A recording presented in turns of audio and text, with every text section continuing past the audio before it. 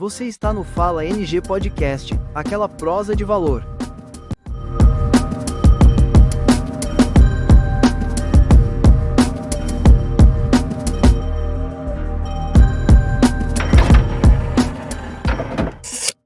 Olá, meu amigo, minha amiga de Nova Granada. Esse que vos fala é Thiago Medeiros e nós estamos no episódio número 202 do Fala NG Podcast. Aquela prosa de valor, aquela prosa que busca agregar algum conhecimento de relevância para você que nos ouve ou nos assiste.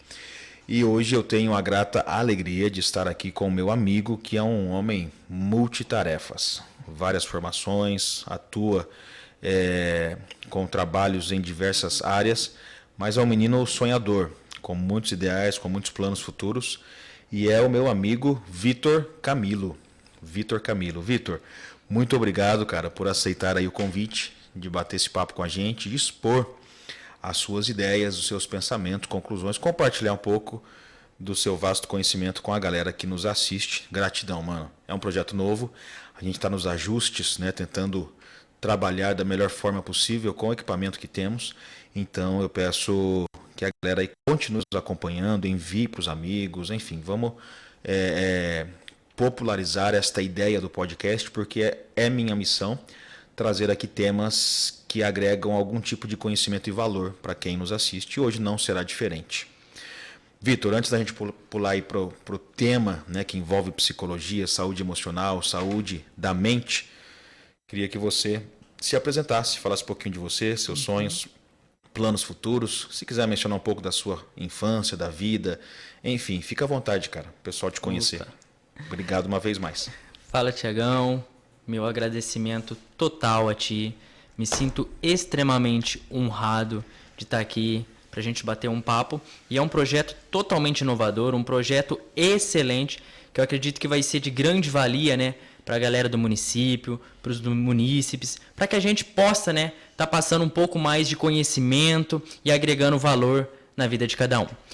Sou Vitor Camilo, sou psicanalista, sou formado, né, aí onde eu fiz a minha faculdade, onde eu fiz o meu bacharel no Centro Universitário Internacional. E em meio a tantas, né, abordagens, tanto fora quanto dentro da psicologia, eu me apaixonei, né, pela psicanálise. Eu costumo dizer que foi literalmente um casamento, né? Eu olhei para ela, ela olhou para mim e a gente acabou aí se casando. Também Bacana. tenho cursos de especialização em neurociências pela PUC do Rio Grande do Sul. E também estou terminando aí o bacharel, estou na reta final do bacharel também em economia pela Unicesumar, né? Então, 3 formações já quase finalizadas. Isso, exatamente. Exatamente. Bacana. Então, um pouquinho da sua vida. Eu te conheço um pouco, mas a galera aí que está nos assistindo e nos ouvindo, talvez não. Você é natural de Nova Granada, seus pais, como é que foi?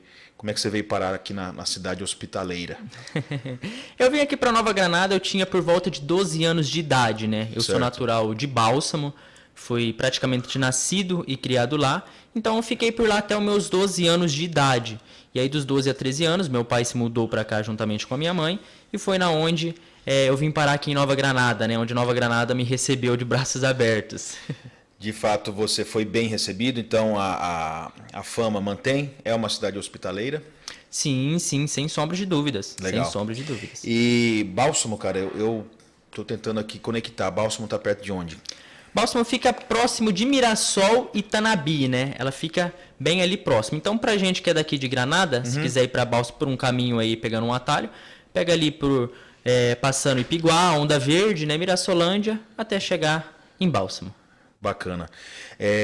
Vitor, você, como milhares de brasileiros e pessoas espalhadas por todo o mundo, durante a pandemia passou por uma situação que envolveu a separação física de alguém muito querido, que foi o seu pai. Seu papai faleceu durante o Covid. Eu te conheci um pouco depois disso, né? Te conheci um pouco depois disso. Você, sua mãe uma querida. Um abraço para Silvia, irmã Silvia.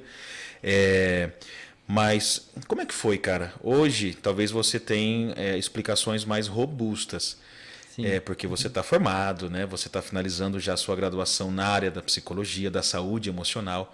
Mas como que foi o Vitor da pandemia lidando com a morte do papai, que era muito querido, que era um cara muito respeitado, né? Nas igrejas da cidade, pastor. Você pode compartilhar com a gente um pouquinho de como foi o Vitor de lá e depois você pode falar como o Vitor de hoje lida, que eu imagino que é de forma muito mais madura, equilibrada, o que é natural da vida de qualquer um, né? Sim. Conforme a passagem dos anos aí, da maior experiência que adquirimos. Mas como que você lidou com isso, mano? Certo. Sem sombra de dúvidas, né? Quando eu passei pelo evento da morte do meu pai, a gente era mais novo, tinha uma cabeça um pouquinho menos madura do que hoje, né? Então foi um acontecimento muito traumático, vamos por assim dizer. Porque, sem sombra de dúvidas, um filho nunca está preparado para perder um pai, né? Essa é a realidade. Essa é a realidade. E foi de uma forma muito brutal, né? A pandemia, o Covid, levou o meu pai de uma forma muito brutal, de uma forma que a gente não estava esperando. Porque ainda quando é uma doença paliativa, quando é algo que, querendo ou não, você já amadurece, né? Já está ganhando algum tipo de consciência que algo pior vai acontecer, né? Sim. Então, querendo ou não, mesmo que seja de forma inconsciente, você se prepara. Mas agora no meu pai foi tudo muito rápido, né? Quantos dias assim entre... Porque eu me lembro que tinha lá os protocolos e tal, a pessoa internava, aí o grande temor de familiares e amigos era a pessoa não pode entubar, porque a fama, né, que entubou, a chance de sair vivo é muito pequena. Quanto tempo durou? Quantos dias, semanas?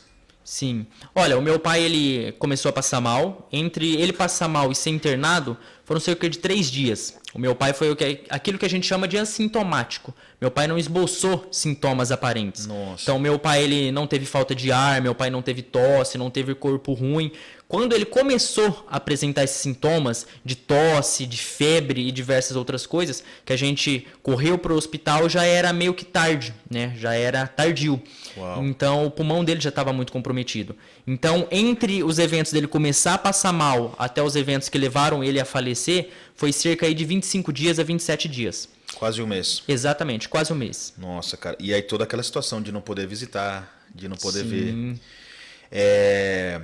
Ou seja, foi uma separação, toda separação, óbvio, difícil, dura, o processo de luto.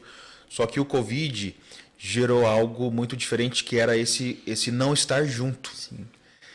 Esse não estar segurando a mão do ente querido, do pai, da mãe, do marido, da esposa, do filho, enquanto estava ali se deteriorando na saúde física, né? Isso foi muito pesado, né, cara? Exatamente, sem sombra de dúvidas, Thiago. E eu e meu pai, nós éramos muito apegados um ao outro. Eu costumava dizer que o meu pai, ele era um pai para quando eu precisava de um conselho de um pai. Ele era um irmão para quando eu precisava compartilhar coisas de irmão. E meu pai, ele era o meu melhor amigo, né?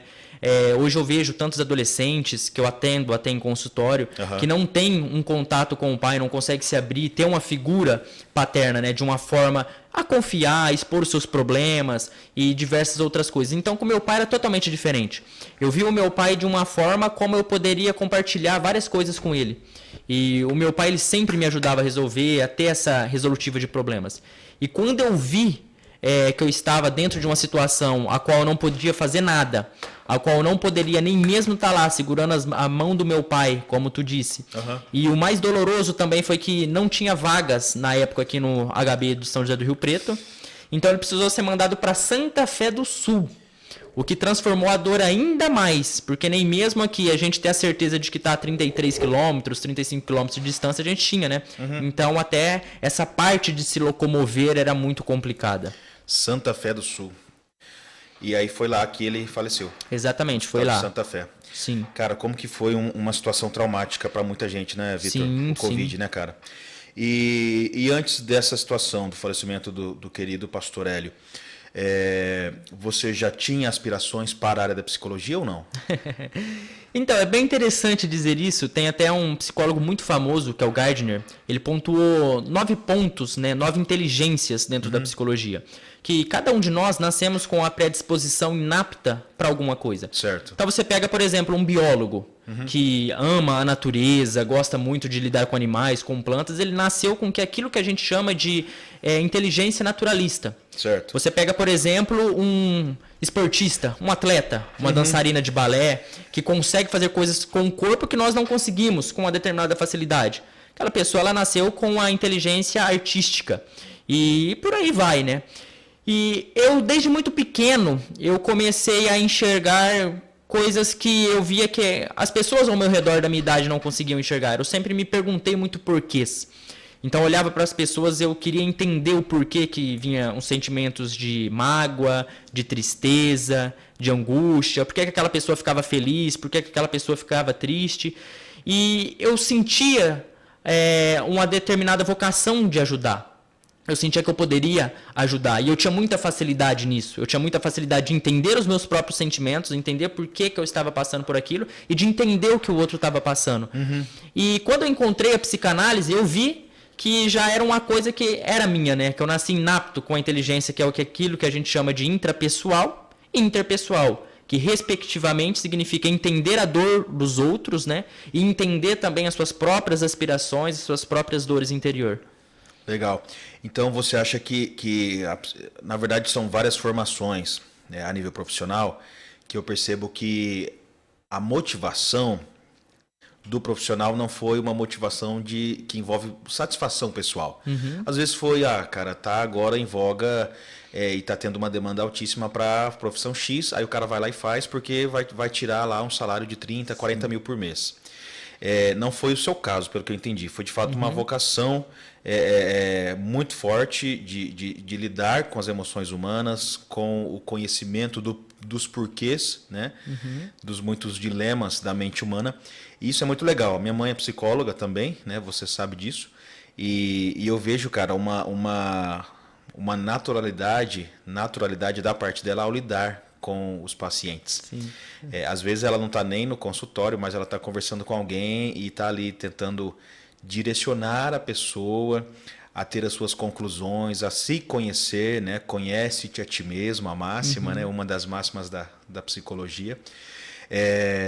E isso é muito legal, porque tem profissionais. No primeiro episódio, a gente tratou aqui sobre saúde física, que foi com o nutricionista Francisco e o personal trainer João.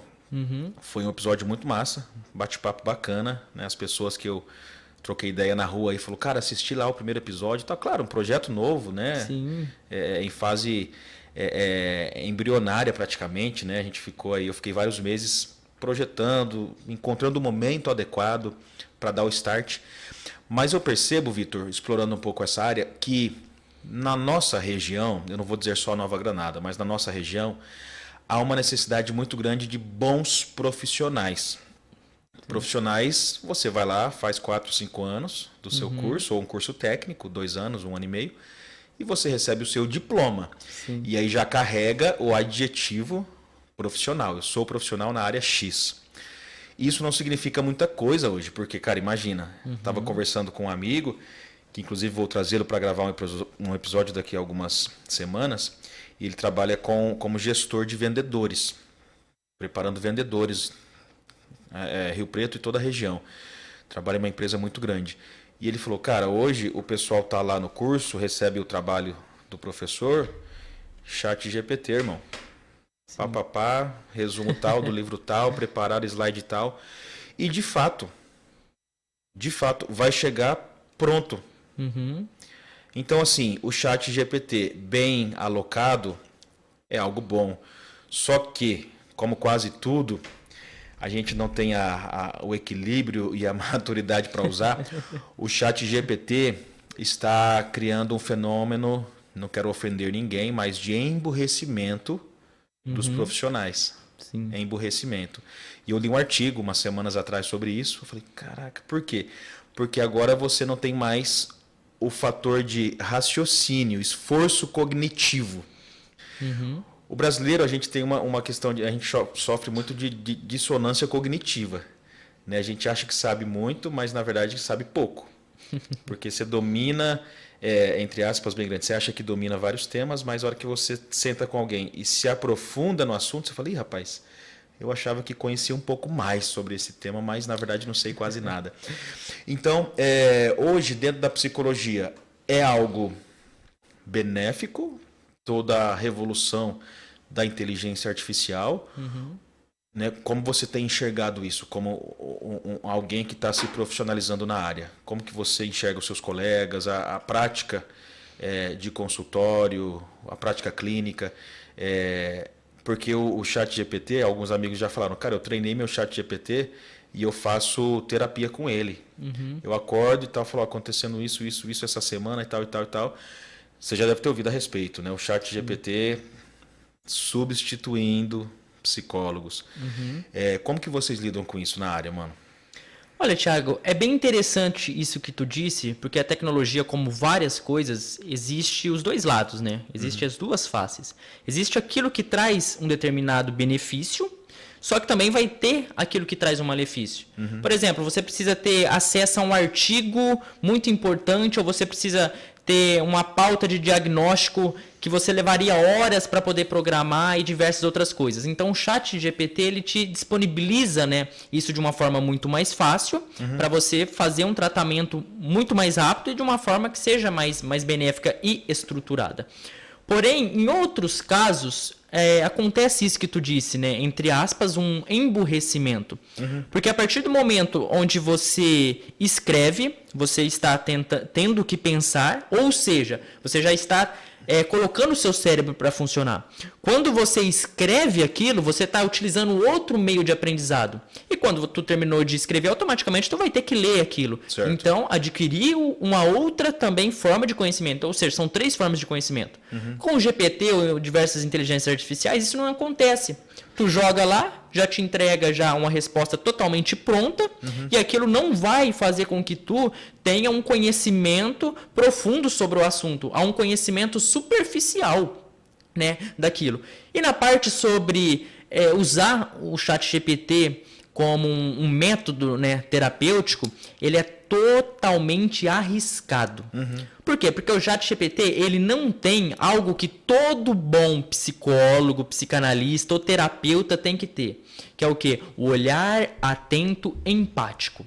Eu tenho que olhar o teu problema de uma forma empática, para que eu possa pegar aquilo com um olhar humano, humanizar aquilo, para fazer uma terapia diretiva em cima desse teu problema. Certo. O ChatGPT não vai ter isso. Ali nós estamos falando com a inteligência artificial, com um robô, a qual ele não tem, né, pretensões empáticas, ele não tem como transferir um olhar empático para o paciente. Ou seja, ele vai analisar aquilo de uma forma totalmente superficial, não vai encontrar a causa central, as raízes centrais do problema, e vai fazer você ficar prolongando algo que vai te fazer ficar uma bola de neve. Essa que é a realidade. Porque a partir do momento que você não encontra uma terapia de uma forma diretiva para o teu problema, que possa achar as raízes centrais, que possa buscar realmente a causa e não ficar floreando por gatilhos, te dando aspirações e motivações,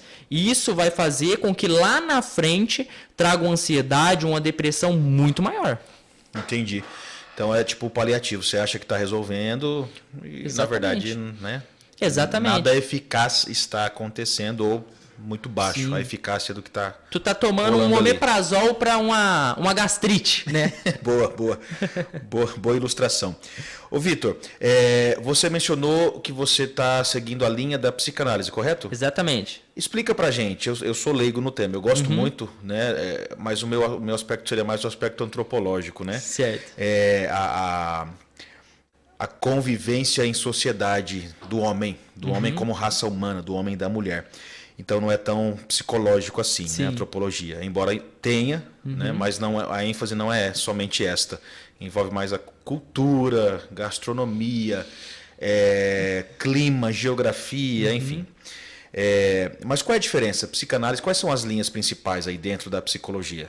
E por que você escolheu a psicanálise? Certo. Olha, dentro da psicologia, nós vamos abrir um leque, né, de vários tipos de terapias, de vários métodos terapêuticos. Nós vamos ter o behaviorismo, nós vamos ter a linha rogeriana, a linha terapeuta cognitivo-comportamental, e dentre várias abordagens, nós vamos ter a psicanálise. O que é a psicanálise, afinal de contas? Ela foi criada por volta de 1900 por um médico chamado Sigmund Freud, certo, onde ele viu que tinha aspectos da população local onde ele se encontrava que não tinha uma causa biológica orgânica.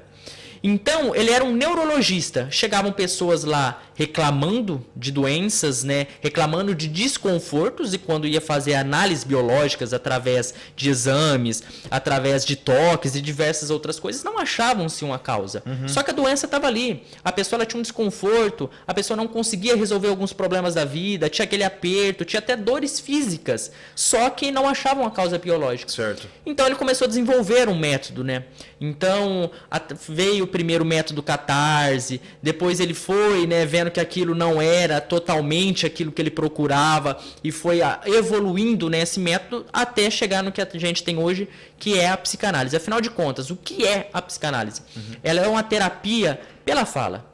A psicanálise ela vai trabalhar muito com a associação livre. O que é associação livre? É você falar aquilo que te vier à tua cabeça, aquilo que está te incomodando, quais são os problemas, os traumas, as complicações, e através de uma escuta empática, que nós vamos abordar, através dessa escuta empática, vamos desenvolver essas metodologias que serão diretivas para aquele problema. O que difere muito a psicanálise de outras abordagens é a ênfase um pouco a mais no inconsciente, trocando a miúdos para que o pessoal possa se familiarizar melhor. Enquanto você pega outras abordagens e ele vai tratar somente o meio social e o comportamento humano, a psicanálise ela vai um pouquinho mais além.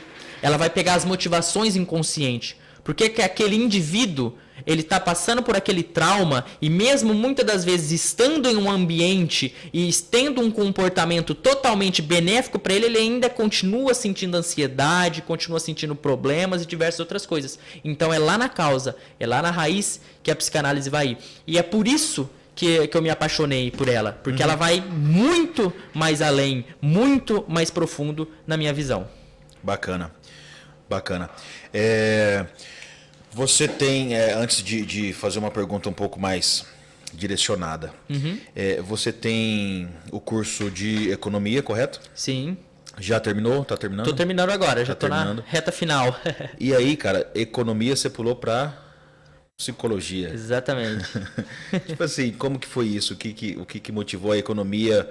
Foi alguma coisa mais assim, eu quero ter um plano B, o plano A, pelo que eu entendi, é psicologia. Sim, né? sim. O plano A é onde você quer construir a sua carreira profissional. E economia se encaixa onde aí? Então, aí é que tá. O meu coração ele se divide, né, entre duas paixões. É lógico que pela área da psique humana, eu me encontrei muito mais. Porém, eu gosto muito desse mundo dos negócios. Eu acredito que o ser humano, a qual ele se dedica e ele consegue dominar as suas pulsões, as suas emoções, né? Dominar o seu eu real. E a partir do momento que ele consegue, né, incrementar um pouquinho mais ali da parte econômica, da parte financeira, ele fica totalmente imparável. Então eu me apaixonei muito por isso. Sobre investimentos, sobre bolsa de valores, e eu queria aprender mais, eu queria adentrar a este mundo. Então também surgiu a oportunidade de fazer economia, e foi na onde eu adentrei. E querendo ou não, isso lá na frente, né, vamos falar aí a médio e a longo prazo, pode ser que também transforme numa das minhas aspirações, tanto profissional, né, que daí eu vou poder agir como a psicologia financeira, né, dando consultorias para empresas, trabalhando, né, com essa parte também, se surgir a oportunidade, se meu coração pesar até lá. Pegar você de surpresa. O nosso ministro da Economia, como que é desenvolvimento econômico e psicológico dele? Melhor deixar quieto, né? Exatamente. Eu digo do Brasil, tá? Sim. Ai, senhor. Não vamos nem estragar a nossa Deixa para um outro podcast essa parte. Deixa para um outro momento, um podcast mais político. Mas brincadeiras à parte, Vitor, daria uma boa análise, né? Sim, sem dúvida. O Haddad daria uma boa análise. Sim. Pegando aí o aspecto psicológico e econômico, né? Juntando as duas partes. É um poço de curiosidade, aquele cabra lá. Quase todos são, né? Diga-se de passagem, do atual governo. Manão, um pouquinho agora mais direcionado. Fala pra mim, você se sente um cara autoconfiante? Me sinto, Thiago. Me sinto. Eu acredito que nós temos que ter essa autoconfiança. É lógico que medos e inseguranças vão vir para todo ser humano. Porque nós somos feitos, né, de carne e osso. Então, automaticamente, nós vamos ter medo. Nós vamos ter inseguranças. vamos ter ansiedade. Tipo, ninguém é uma máquina, né? Sim. Desprovida de emoções, sentimentos, Claro. impulsos, né? Neurológicos que geram maior tristeza, maior alegria e por aí vai. E agora, o pessoal acha que tá no script. Não tá, viu, gente? O papo aqui é bem, vai acontecendo e a gente vai trocando ideia, né? Aquela conversa que está sendo gravada, né? Você me enxerga como alguém autoconfiante? Sim, como uma primeira impressão, sim. Eu enxergo, sim.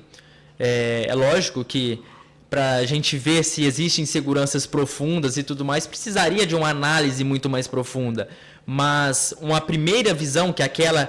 O velho ditado, né? A primeira impressão é a que fica. Uhum. Sem sombras de dúvidas, é uma pessoa, né, confiante. Como eu já falei, inseguranças todos temos. Aí é que está a diferença. É você conseguir controlar essa insegurança e fazer com que ela fique lá quietinha e tu consiga passar aquilo que tu bem entender para uma pessoa que ela deixa com que a insegurança domine ela e a primeira impressão que as pessoas têm dela é justamente essa, de uma pessoa insegura. Eu perguntei por quê? Porque na minha infância e adolescência, eu era um cara extremamente tímido. Eu não tô falando de timidez, assim, não, cara, extremamente, sabe? De não ter coragem de olhar, assim, 2 segundos na cara da pessoa que eu dava bom dia, boa tarde, boa noite. Eu era esse adolescente, muito inseguro. E eu tive um grande amigo, né, o Alan, hoje ele mora no Sudeste Asiático, né? Amigo, assim, carrego do lado esquerdo do peito. E o Alan foi me preparando, cara, porque ele sabia que eu tinha essa timidez, essa insegurança, e aí ele me via. A gente morou numa escola de internato, né? Ele estava num outro projeto, eu estava numa formação linguística, missiológica, e aí ele me via e todos os dias. Bom dia, Thiago. Bom dia, Alan. Cabeça baixa. Boa tarde, Thiago. Boa tarde. Depois de uma semana, cara, olha para mim. Bom dia. Bom dia. Bom dia. Depois de um mês, bom dia. Depois de alguns meses, bom dia, Alan, tudo bem? Como é que você tá, mano? Como é que tá a sua semana?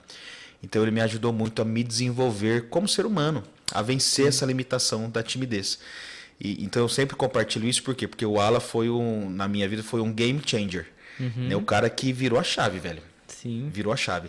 Porque ele foi muito intencional. Não tinha psicologia, não é área de formação, mas era um cara que tinha esse afeto e essa atenção com os amigos muito grande. Sabe, de identificar, cara, eu percebi isso em você, eu quero te ajudar. E não era assim, né? Não, eu vou pagar o psicológico, o psicólogo para você. Não, era na informalidade. Sim. Um manejo ali e tal, e ele ia te ajudando a vencer aquelas limitações e tal. Então, nem sempre foi toda essa confiança, sabe? Hoje eu sento numa mesa para trocar ideia com o CEO. Tá tudo bem. Sim. Eu posso falar minhas abobrinhas, mas ele vai ter que entender que eu não sou da área, que eu tô ali, entendeu? Então, assim, eu carrego essa segurança. Mas, cara, até meus 18, 17 anos, mano, era sinistro, velho. Uma timidez, assim, absurda. Absurda. Como é que você enxerga o público de forma geral? Óbvio, é uma leitura bem genérica, né? Você sabe disso, eu sei disso. Você que nos ouve deve saber disso. Uma leitura bem geral, bem genérica. Como é que você enxerga a população granadense em relação à autoconfiança? Como que você vê? Uma leitura fria. Sim. Eu sei que para quem é de áreas que é necessário uma leitura profunda de situações, é meio difícil responder de forma mais genérica. Sim. Mas assim, eu peço licença e faço essa pergunta, né? Como que você enxerga isso na população hoje? Olha, aqui nós temos que primeiramente avaliar o contexto social e estrutural, né, da nossa cidade. A gente vive aqui numa cidade de 20 a 22 mil habitantes. Isso mesmo. O que gira a economia aqui, a gente vê que não tem grandes empresas que proporcionam um amplo ganho de trabalho, que não é uma cidade que forma grandes empreendedores a todo momento e tudo mais. Não é uma potência, né, econômica. Nós estamos aqui no interior. Então, cidades como Nova Granada passam muito por uma questão de identidade de crenças limitantes. Certo. O que seria essa crença limitante? As pessoas nascem, entendeu? Conforme vão crescendo, vão tendo crenças que as limitam. Como, por exemplo, não, você vai terminar o teu terceiro colegial, vai arrumar um serviço registrado ou numa usina ou em qualquer outra empresa, vai conseguir subir um pouquinho no patamar. Quando você chegar lá 2.500, 3.000 de salário, você conseguiu vencer na vida. Você alcançou o cume. Exatamente. No mercado de trabalho. Exatamente. Você comprou uma casa, comprou um carro que dá para você andar, automaticamente você já cresceu. Certo. E querendo ou não, essas crenças limitam muito. Porque quando a pessoa ela vai querer ter um ar de mais empreendedor, de abrir um próprio negócio, de tentar algo novo, ela acaba trazendo essas crenças para si próprio. Certo. E isso reflete no próprio município, né? Isso reflete no próprio município, esse medo, essa insegurança, porque trazem determinadas crenças, trazem determinados aspectos ideológicos que foram implantados nesse meio social. A psicanálise ela vai trabalhar com algo muito interessante. Ela vai dizer que nós temos 3 estruturas psíquicas. Nós temos o nosso inconsciente, nós temos o nosso consciente e nós temos uma barreira no meio dessas duas. O que seria o inconsciente? O inconsciente é tudo mais profundo, é aquela massa cinzenta. Certo. Quem nunca fez alguma coisa e depois falou, poxa, eu não queria fazer isso, mas por que eu fiz? Na hora que eu vi, já tinha feito. Na hora que eu vi, eu já tinha feito. Por quê? São as pulsões e os desejos que vieram lá do inconsciente e fizeram você fazer isso. Certo. A consciência é aquilo que nós estamos fazendo aqui agora. Falando, tomando um cafezinho, tomando uma água, conversando. E no meio disso, existe uma estrutura psíquica. Que é uma barreira chamada de superego ou barreira egóica para trocar em miúdos. Essa barreira ela vem sendo colocada no indivíduo conforme ele vai crescendo. Certo. Então você pega, por exemplo, uma criança, ela vai falar o que vem na cabeça dela. Ela vai falar que a roupa do outro tá feio, que o outro é feio, porque ela ainda não tem essa personalidade, ela ainda não tem essa estrutura psíquica de falar, olha, você não pode falar isso. Olha, o teu caráter vai te impedir de falar isso. Olha, a tua personalidade vai te impedir. Então, a população do interior carrega muito isso, né? Desde pequeno. Olha, se você abrir uma empresa, pode ser que falhe, pode ser que você não consiga. Olha, você não pode pensar muito grande de ir para uma São Paulo da vida. Lá é perigoso, lá é isso. Então, traz esse tipo de coisa. Que toda vez que a pessoa vai ter, né, um sentimento de querer crescer, um sentimento de mudar, acontece que essa barreira, né, de conjuntos empíricos, de personalidade, de formalidades que vieram, né, no decorrer da sua infância, a puxam, impedindo ela de romper essa bolha e essa barreira. Interessante. Explora um pouquinho mais, por favor. Eu sou mais familiarizado com o conceito, mas o conceito do empirismo. Que é aquilo que nós sabemos, mas ninguém nos ensinou. A gente aprendeu por osmose e simbiose. Exatamente. Por exemplo, em Granada, é muito comum a gente ouvir o linguajar de moço. Nossa, moço. Sim. Isso em São Paulo, capital, você não vai ouvir ninguém falar moço. No sul do Brasil, no Nordeste. Agora, é uma coisa muito granadense, moço. Você fala, moço de Deus. Sim. Ou seja, talvez o granadense que está aqui ouvindo falou, cara, eu nunca parei para pensar nisso. Mas moço é um linguajar nosso, do granadense. E várias outras características.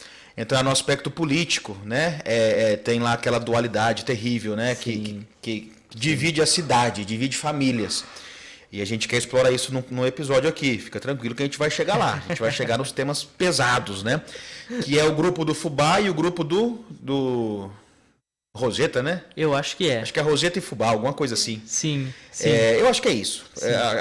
Aí tem a sátira, as horas que um ganha, joga Fubá pra cima. E pega a Roseta, é aquele negócio que dá no cavalo, no boi, né? Os peão, né? Peão de exatamente. Rodeio e tal. Então, assim, é coisa nossa. Você vai falar de Fubá, se é Fubá ou se é Roseta. Você vai falar isso pro Rio Pretense, você fala, cara, você tá falando o quê, velho? O que é isso? Sim. Então, assim, é uma questão empírica. Você vai crescendo e automaticamente você vai adotando posturas. Meu pai é Fubá, o meu pai é Roseta, então eu também sou. Entendeu? Sim. Então, assim, explica um pouco mais o conceito do empirismo na formação da personalidade ou da psique do indivíduo. Por favor, Vitor. Sim. Foi bem explanado, né, que é justamente isso. São crenças que você traz para si próprio por um espelho de comportamento. Seja um espelho social, do meio social onde tu mora, vive, e do meio também dos próprios pais, né, que é passado.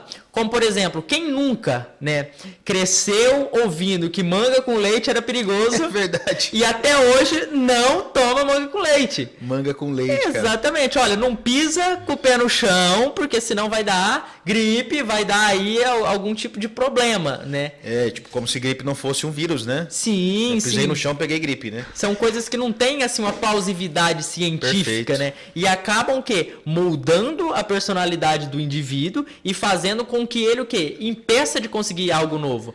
Essa parte da manga com leite é até interessante porque às vezes a pessoa deixa de desfrutar uma batida que ela iria amar, que De seria manga algo que com seria leite. preferido dela, por Aham. conta de uma dualidade, de um conhecimento empírico, né, que é passado para ela, de que não tem plausibilidade científica. Ela fica presa numa bolha Aham. de que ela não foi nem atrás para ver se era real. Isso foi o empirismo. Exatamente, foi um Foi um empirismo. empirismo, uma crença equivocada, mas foi repetida tantas e tantas vezes, por tantos anos, que se tornou uma falácia. verdade. Exatamente. Se tornou uma verdade. E a impedem, né, de chegar às vezes num objetivo que ela quer. Aí agora pegando ainda estas falácias, né, do ponto de vista empírico, mencione aí pelo menos 1 ou 2 pontos que você percebe o granadense ou o interiorano aqui do Noroeste Paulista, que a gente acredita que não dá, é uma falácia, só que talvez não foi desconstruída ainda esse paradigma, essa convicção muito forte. Você mencionou, por exemplo, a questão, eu vou abrir uma empresa e vai quebrar. Cara, os grandes empreendedores do mundo quebraram muitas vezes até aprender como ter sucesso na área, na ideia, no sonho que carregaram e chegaram lá. Então é algo dentro da parte da economia ou do empreendedorismo, é algo comum quebrar empresas. Só que a gente carrega, talvez até pela parte da vergonha, lá quebrou uma empresa, quebrou 2, quebrou 3. A gente carrega isso, não vou nem tentar, porque vai que eu tento e quebra. Vai que eu inicio e falho e preciso parar, abortar a missão no meio do caminho. É um aspecto que eu percebo muito gritante no nosso convívio aqui na região. Nova Granada. Rio Preto, eu digo que é um ponto fora da curva porque é a nossa cidade referência. Rio Preto é praticamente uma metrópole hoje, né? Rio Preto tem uma infraestrutura muito melhor do que muitas capitais brasileiras. Muitas capitais.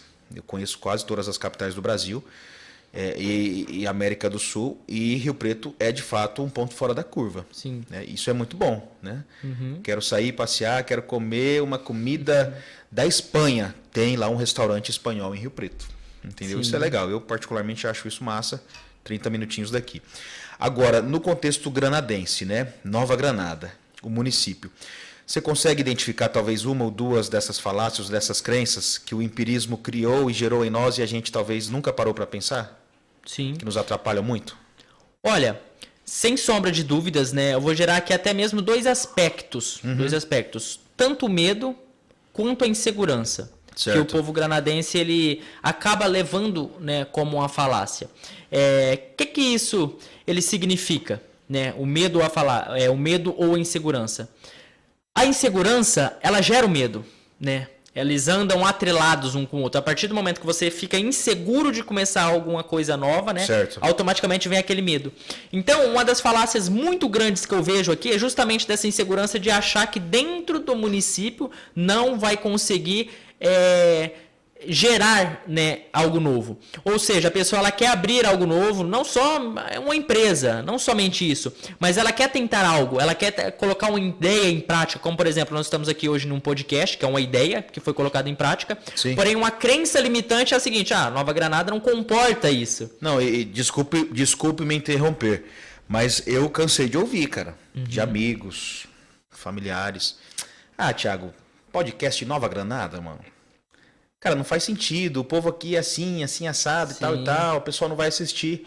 E óbvio, eu sei que eu não vou conquistar uma base de espectadores, de parceiros da noite pro dia. Sim. Entendeu?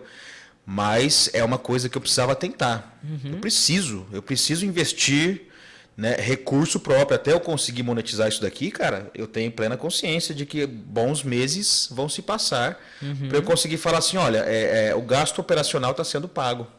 Eu tenho ali, atrás das câmeras, o meu operador, grande amigo, Davi Gobet. Cara, até eu conseguir criar algo que eu e Davi a gente possa desfrutar, e falar, a gente tem um prolabore disso aqui. Sim. Entendeu? Só que, para isso acontecer, eu sei que eu preciso investir tempo, né? Eu pausei as minhas atividades aqui do escritório para gravar esse episódio contigo. Depois eu tenho tempo de fazer toda a parte do marketing, de verificar como é que tá, de ir atrás dos parceiros, de preparar publicidade, redes sociais e tal e tal. E é no 0800. Eu não ganho nada com isso. Só que o ideal a gente pode criar algo de valor para a cidade. Sim.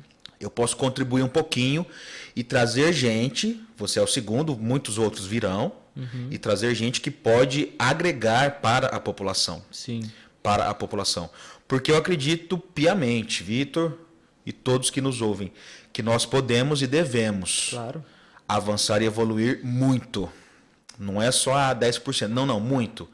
A nível econômico, comercial, social, educacional, Sim. limpeza, cara. Sim. Um aspecto que para mim é duro lidar, porque eu morei muito tempo fora, conheci muitos países, Europa, Estados Unidos, a questão da limpeza.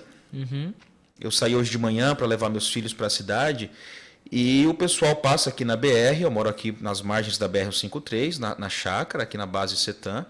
O pessoal passa e joga saco de lixo, possivelmente dos ranchos, das pescarias aí final de semana, e joga pela janela e cai na beira da pista e fica. Como se fosse a coisa mais normal do mundo. Cara, é normal você, meu amigo, desafio para você, reflita. Você não precisa concordar comigo, mas pelo menos gaste aí 2 minutinhos pensando no que eu vou te dizer. É normal você tomar o seu refrigerante no seu veículo, abrir a janela do seu carro e jogar na avenida, na rua, na calçada. Isso é normal?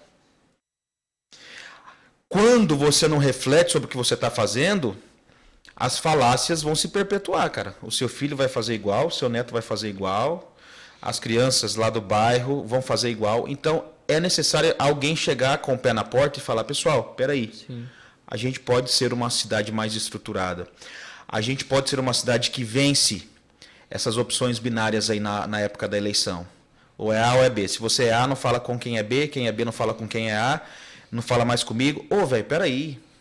Estamos numa cidade de 20 mil habitantes, Vitor. Que a gente fica torcendo contra, cara. Não, eu quero que se lasque mesmo, eu quero que faça tudo errado, porque... Ô, velho, você está numa cidadezinha que você também vai ser afetado, você está no mesmo barco. Por mim, o meu desejo é que o atual governo municipal tenha a melhor gestão do Brasil, do mundo, Claro. da galáxia.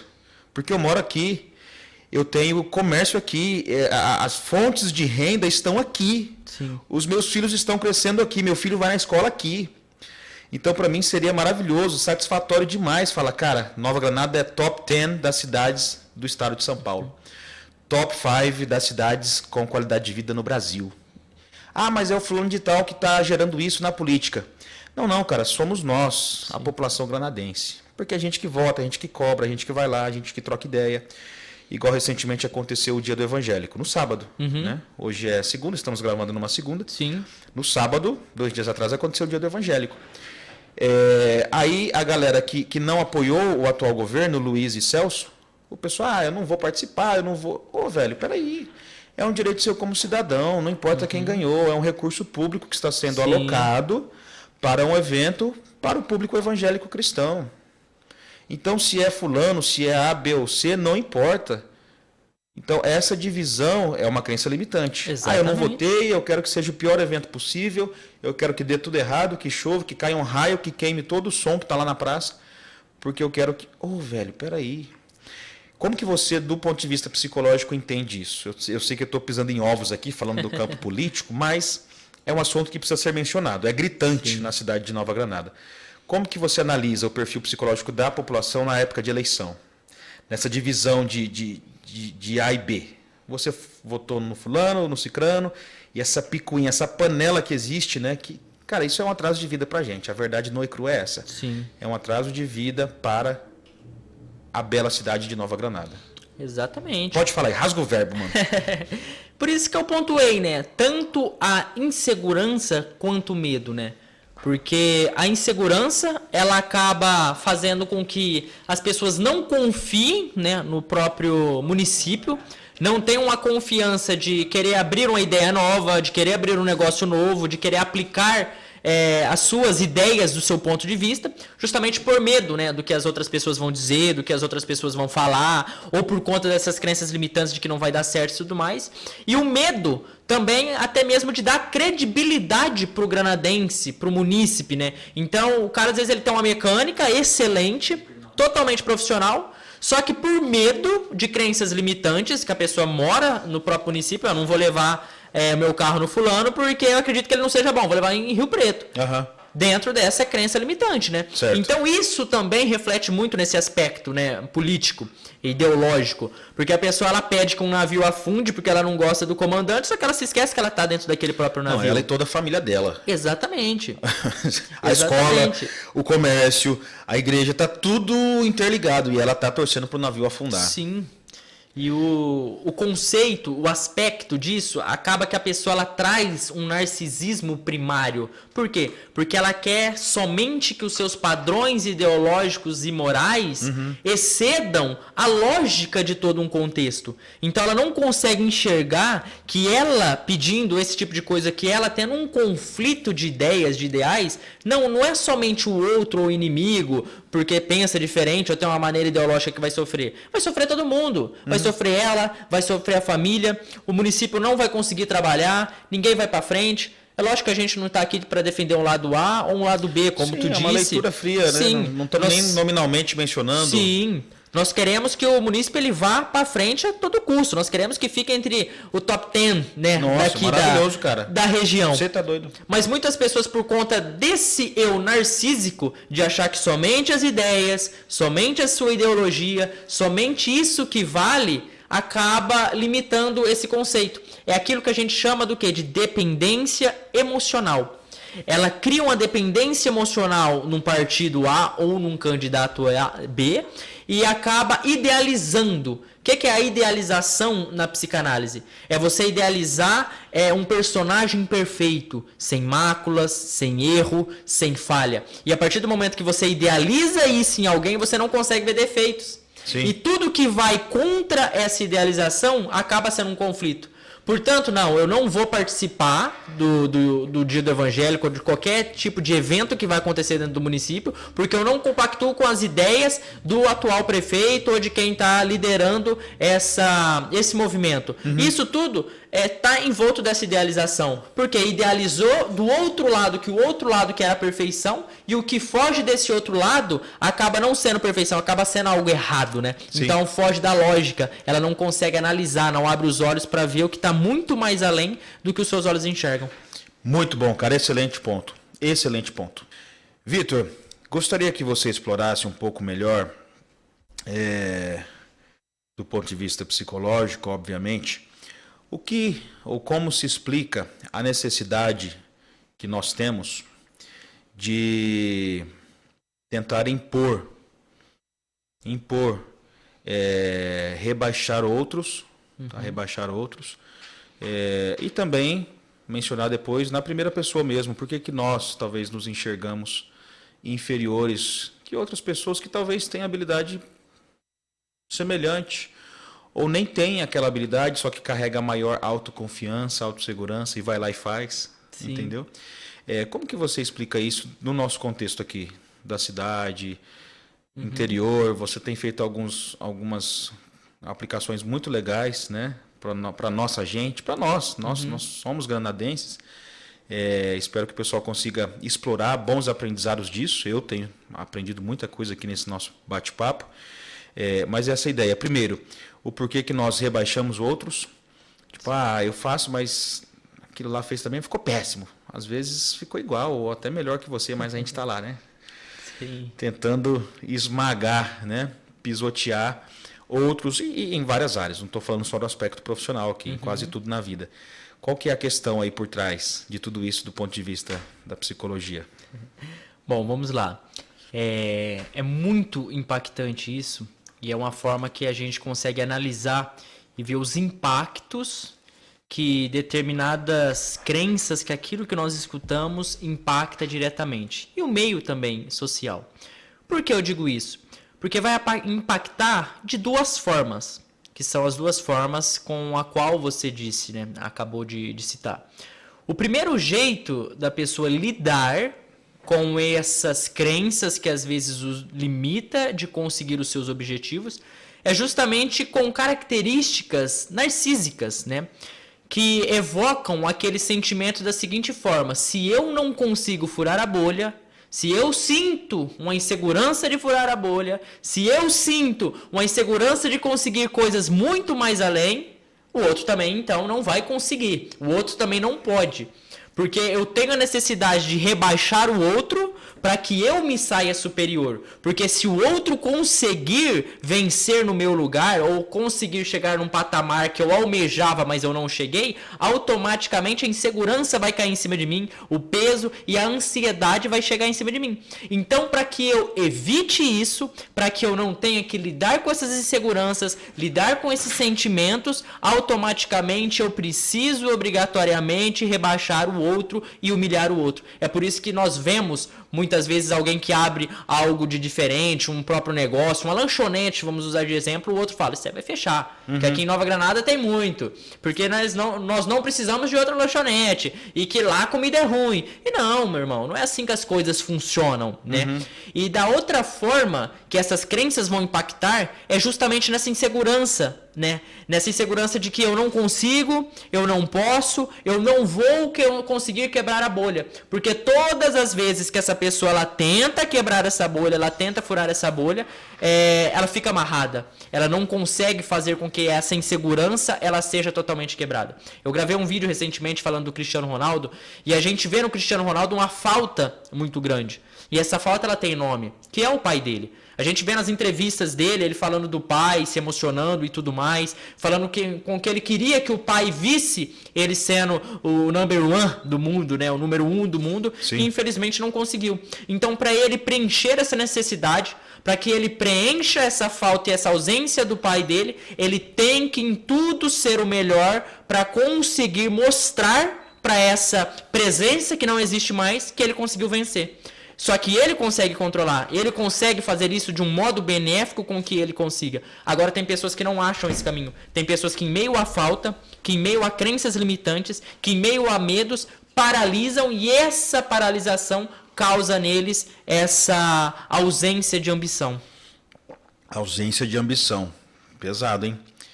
Eu acho que a ambição de forma equilibrada, né, Vitor? Sim. Que não te deixe cego. Ela é benéfica, né, cara? Sim. Ela é necessária. Bem dosada, equilibrada, sabe? Você não perdendo a sua paz de espírito, sua saúde emocional, psicológica, o seu tempo de qualidade com a família. Eu acho que é bom.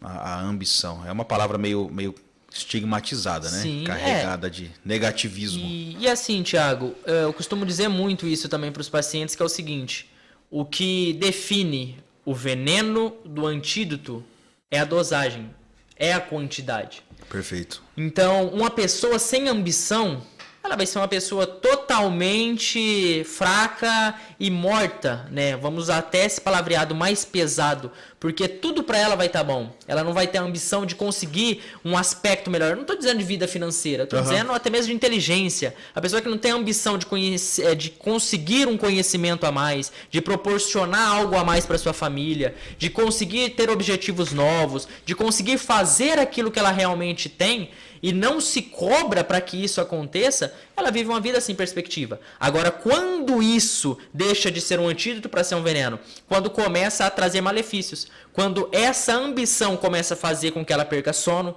começa a fazer com que a família entre em conflito, começa a conflitar com a esposa, começa a conflitar com o filho, aí a gente já tem que analisar e ver se essa ambição já não está excedendo o ponto, né? Quando começou a colapsar, aí é a hora de parar e se analisar, precisa né? repensar, né? Exatamente. Muito bacana.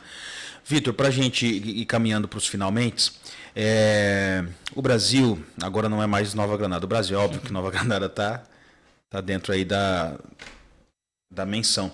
O Brasil é um dos países mais ansiosos do mundo, segundo a Organização Mundial da Saúde.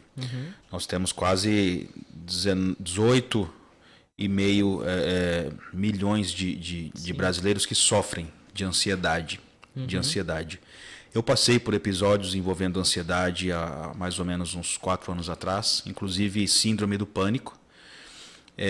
graças a Deus e ao apoio, né, das pessoas, família, profissionais,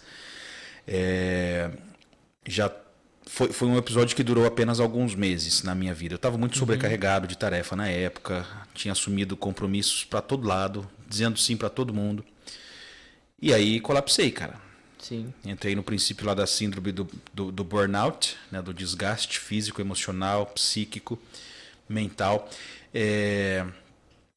Só que ainda assim, eu me pego às vezes, sabe, aquela ansiedade que te tira o sono. Você fala, nossa, eu podia ir lá pro escritório lá e começar a fazer. Porque eu moro próximo aqui ao meu escritório. Então, às vezes, dá 10h30, 11h, todo mundo dormindo em casa e eu lá, o zoião estatelado, pensando no que eu posso fazer. Aí, boa parte da minha tarefa hoje eu carrego aqui no meu iPad e no meu celular. Ou seja, eu estou deitado, deixa eu já ir atualizando alguma coisa aqui, já ir montando a pauta, já ir fazendo isso, já ir trabalhando nesse design e tal, respondendo esse e-mail. Essa questão da ansiedade, você está produzindo. Sim. Produtividade, maluca. Então, é um dos aspectos, né, da ansiedade que envolve. Mas como que você enxerga e qual seria aí o principal conselho, ou talvez um ou dois, para quem percebe-se ansioso? Teve uma definição que uma psicóloga usou numa palestra que eu estava no início do ano, que ela falou que a ansiedade é o excesso do futuro. Se eu estiver falando abobrinha, você me corrija. A ansiedade é o excesso do futuro, depressão, o excesso do passado, e qual que era o excesso do presente agora, hein? Agora eu buguei. Ansiedade, excesso do futuro, ou seja, as coisas que vão acontecer ainda, ou na verdade não vão, porque a ansiedade, na maioria das vezes, são preocupações com coisas que não vão sequer acontecer. Depressão, excesso do passado, e alguma coisa, excesso do presente. Não vou lembrar, talvez eu me lembre já. Mas faz sentido, ansiedade, excesso do futuro, excesso de pré-ocupação, ou seja, uma ocupação antecipada, pré-ocupação, preocupação?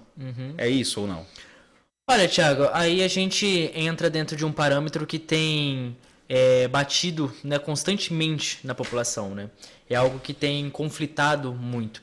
Hoje em dia a gente vê que a ansiedade ela afeta, né, o transtorno de ansiedade generalizada, ela vai afetar 9,3% da população. Ou seja, é um número muito alto. Se a gente for trocar isso para miúdos, para poder resumir, dentro de um salão com 100 pessoas, cerca de 9 pessoas lá dentro vão estar com transtorno de ansiedade generalizada. Muita coisa, né? Exatamente. E isso não é o pior. Porque os pensamentos ansiosos, mais de 60% da população vai ter. Aí a gente joga esse cálculo ainda mais, porque é uma grande diferença, né, entre transtorno de ansiedade generalizada, que é uma patologia, certo, onde a pessoa tem ansiedades de modo recorrentes, que não deixa com que ela consiga se libertar dessas amarras, e existem os pensamentos ansiosos, que certo, são determinados eventos, pensamentos que vêm ao decorrer da semana, do mês, mas quando você resolve aquele problema, ou quando você consegue, né, parar um pouquinho, aqueles pensamentos vão embora. Passou. Então são pensamentos ansiosos. Certo. Então a gente vê que é um grande vilão. E a ansiedade hoje em dia, ela é diagnosticada, ela tem sido muito mais diagnosticada do que no passado, que colabora muito mais para esse aumento. Porque antigamente a gente tinha esse estigma de que a ansiedade é fraqueza. A ansiedade não acontece em pessoas que são fortes, né? E então as pessoas não procuravam ajuda. Então hoje, por meio que nós temos da tecnologia, por meio do diagnóstico, por meio das pessoas, né, buscarem um pouco mais os profissionais, então é mais fácil de diagnosticar, o que colaborou para o excesso de ansiedade subir, porque ela é mais bem diagnosticada do que há 10, 20 anos atrás. Hoje, um dos pontos que acontecem muito de ansiedade é justamente sobre comparações, sobre você comparar o sucesso de outra pessoa com o seu próprio sucesso.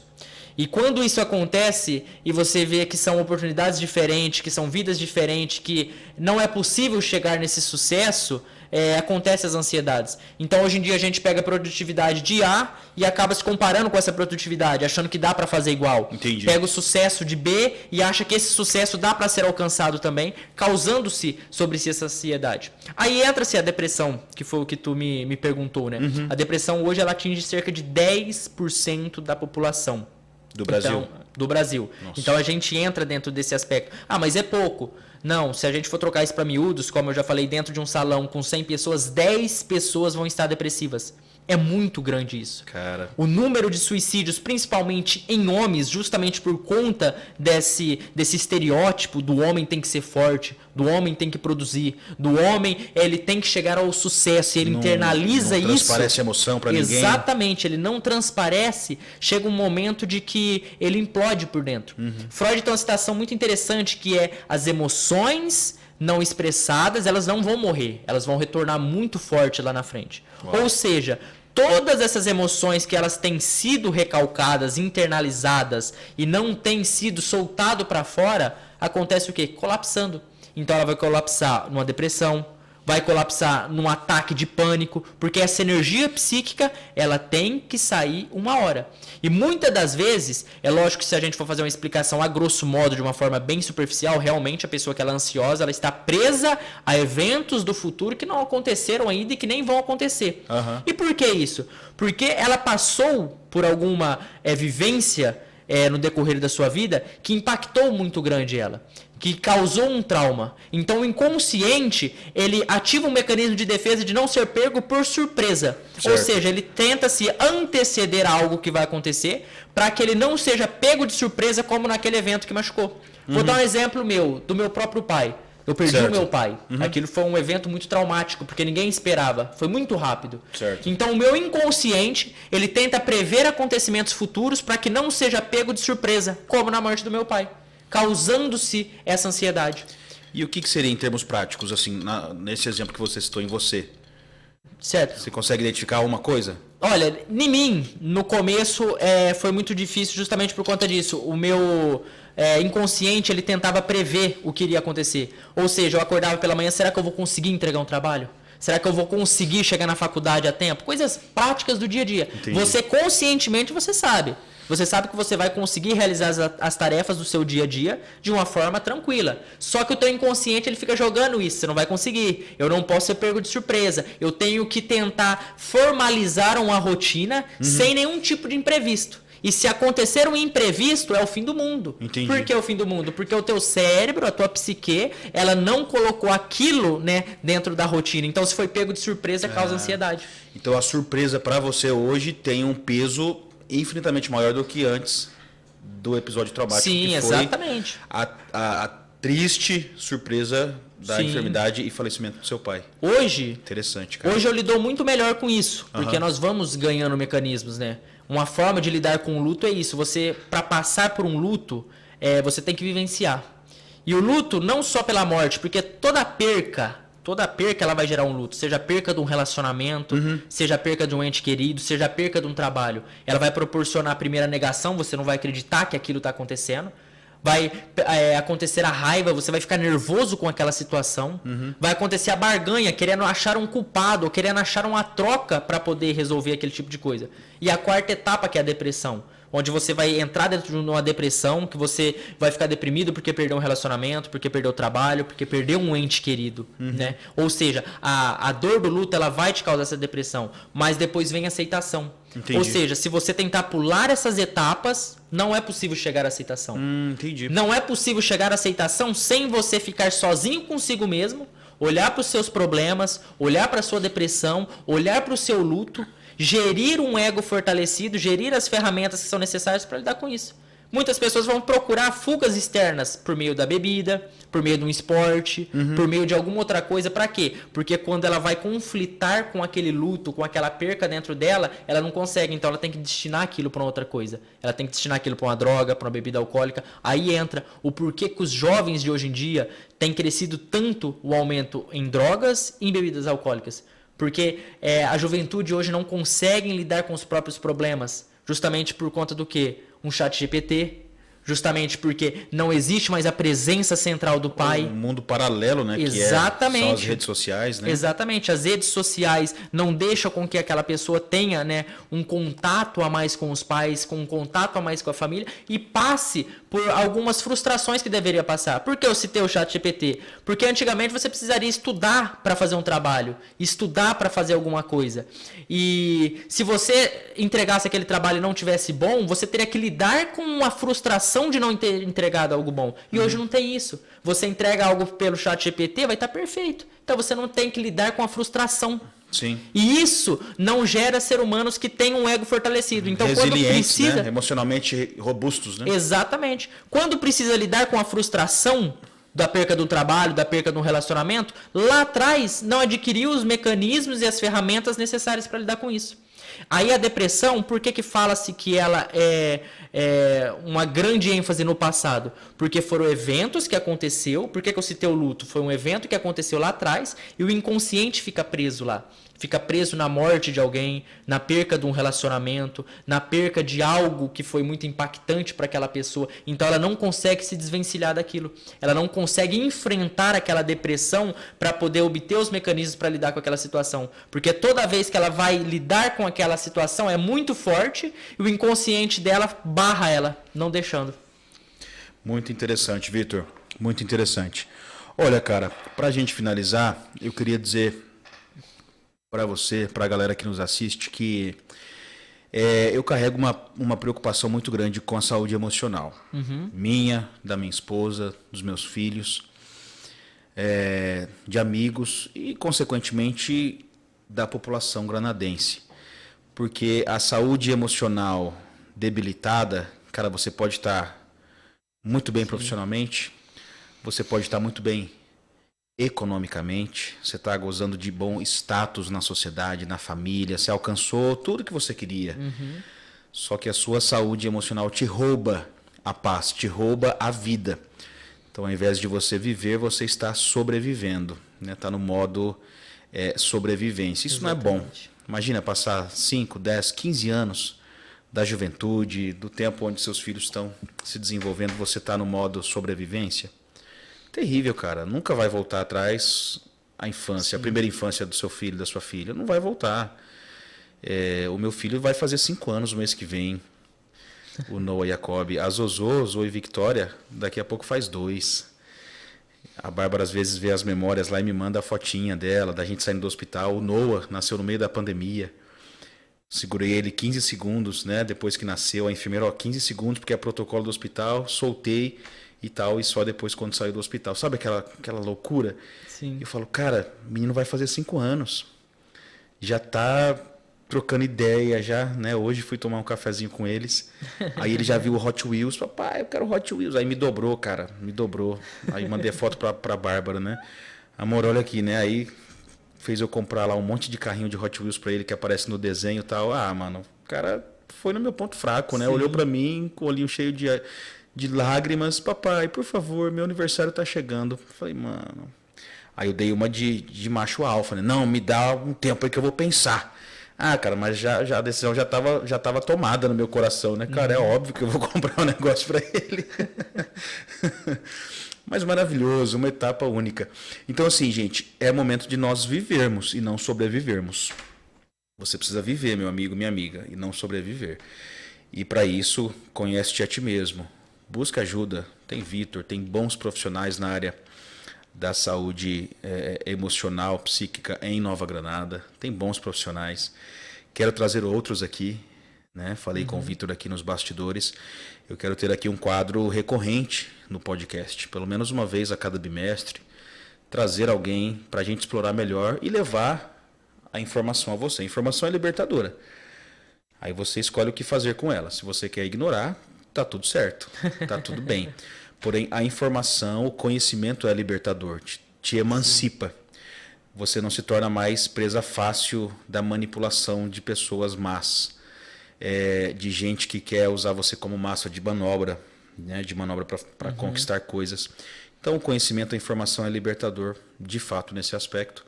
E, meu amigo, coloque aí suas considerações finais. Se você tivesse 1 minuto para dar um super conselho para o granadense, o que você diria? Valendo. Bom, primeiramente queria agradecer muito novamente, né? Aqui foi uma honra estar aqui batendo um papo aqui com o Thiagão, com a galera, e queria dizer que estou muito feliz. Na questão do conselho, olha, eu tenho até um lema, tá até no perfil do meu Instagram, que tá lá: o conhecimento é poder. Porque grande parte dos problemas hoje em dia que você mesmo está escutando aí, enfrenta, é porque você não se conhece. Tem até uma frase bem interessante que é o seguinte: você sabe quantos fios de cabelo você tem na sua cabeça? Você não sabe, né?